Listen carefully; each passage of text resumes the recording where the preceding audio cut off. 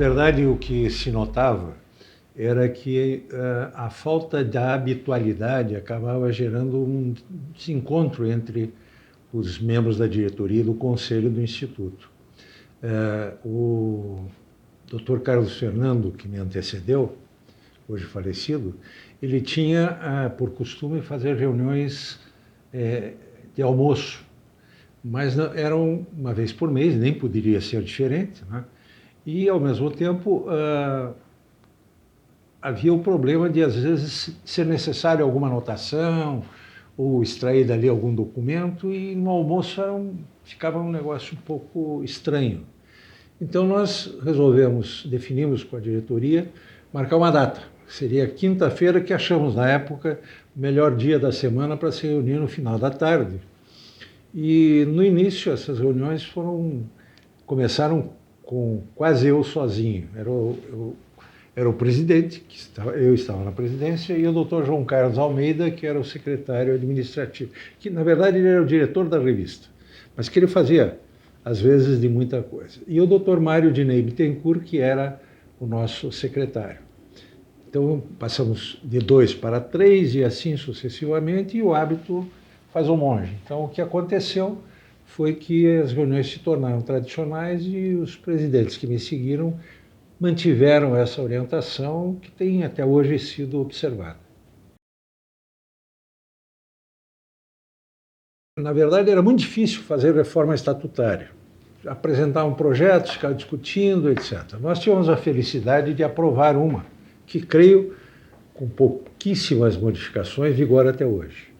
E uma das mais importantes foi a de critérios para a eleição dos membros da diretoria e dos conselheiros da ordem. Abro um parênteses para dizer que, na época, era o conselho do Instituto quem indicava, ou aliás, era o Instituto quem indicava 6 membros para o conselho da ordem. Toda a eleição da ordem, o Instituto se reunia para indicar 6 membros. E aí ficava uma coisa muito solta, porque eram indicados aqueles que tinham um relacionamento maior com a diretoria, etc. Nós estudamos uma fórmula de exigir a inscrição do interessado e fazer com que a eleição fosse realizada por todos os membros do Instituto. De modo que era uma eleição de conselheiro da ordem pelos membros do Instituto e diretamente. Também fizemos uma modificação na eleição dos membros do próprio Conselho do Instituto e diretoria. O critério eleitoral foi alterado para se votar na pessoa. Então, como é que nós vamos eleger os membros do Instituto? Votando diretamente naquela pessoa. Acabamos com o critério de chapa, mas, ao mesmo tempo, permitimos que as pessoas se associassem, se reunissem em grupos para dizer, votem nesses. O ingresso no Instituto estava necessitando um pouco de uma regulamentação mais séria. Por quê? Porque o Instituto é um órgão cultural da classe dos advogados. E, às vezes, eram admitidas pessoas aqui sem uma análise adequada da produção cultural. Então, petições, o advogado faz isso no dia a dia, não é? Então, os trabalhos forenses, que são substanciais, merecem uma apreciação especial. Mas ninguém, vamos dizer, não é nada difícil você tirar um trabalho forense que te agradou e apresentar no Instituto sob forma de estudo. Então, para não trazer petições, que às vezes as pessoas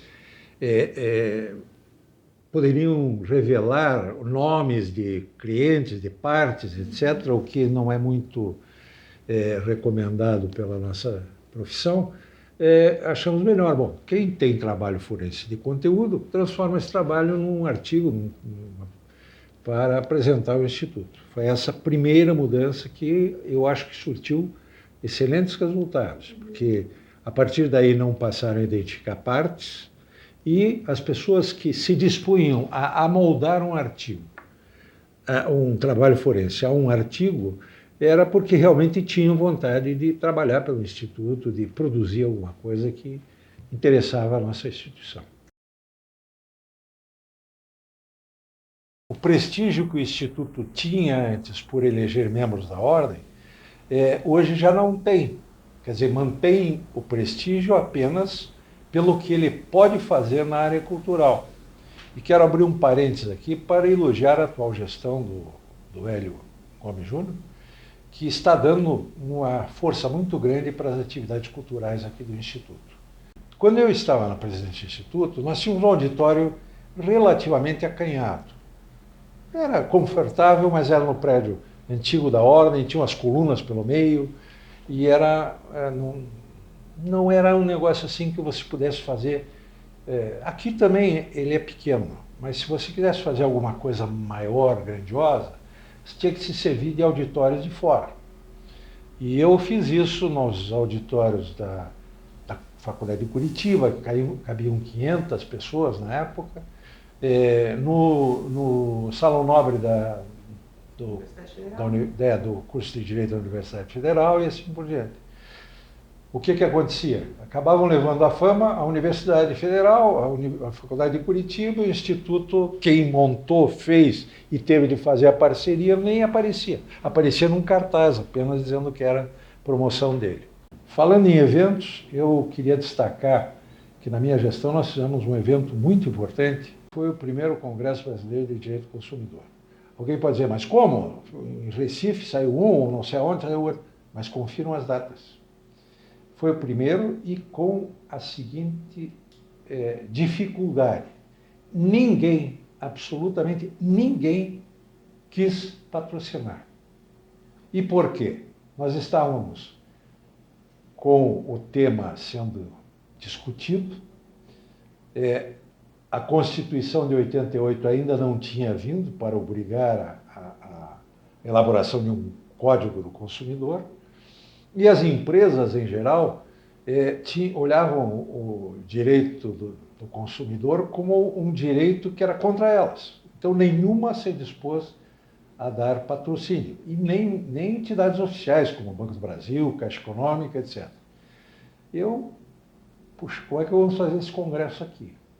Pois deu certo, conseguimos pagar o congresso inteirinho com as inscrições, que foram bastante acentuadas. Na verdade, quando eu fui presidente do Instituto, a minha ideia era promover cursos, etc. Na época, alguns membros do conselho entendiam que o Instituto não tinha papel de educador, então ele deveria trabalhar com a cultura jurídica dos membros. Apesar disso, nós conseguimos algumas iniciativas, dentre elas essa do direito do consumidor. E eu realizei muitas atividades esporádicas. Por exemplo, um curso sobre direitos reais com o professor Oliveira Ascensão, que é muito amigo meu, é português e às vezes vinha ao Brasil, porque tinha membros da família aqui. Então, numa dessas vindas, eu consegui trazê-lo para um curso promovido pelo Instituto, que foi um sucesso. Se você não tem um grupo ou uma justificativa temática, você não consegue reunir trabalhos.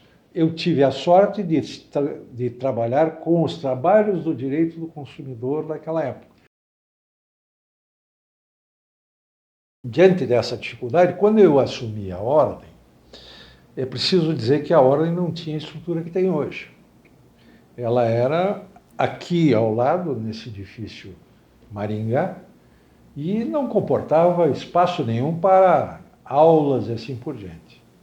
Então eu conversei com o Dr. João Carlos Almeida para ser coordenador dos cursos que a ordem iria fazer em convênio com o Instituto dos Advogados do Paraná. Nós começamos com o Rubens Edmundo, chegamos a fazer contatos, uma estrutura, terminou o mandato dele, o Reinaldo tomou a peito essa ideia de realizar cursos, e nós fizemos um convênio com o Instituto, que coordenado pelo doutor,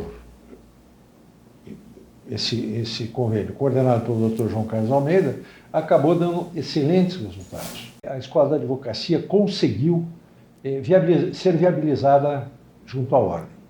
Essa Escola da Advocacia que surgiu na nossa época, na minha gestão na OAB, e praticamente do nada, teve um impulso muito grande com o Dr. Manuel Antônio Oliveira Franco, quando assumiu a OAB.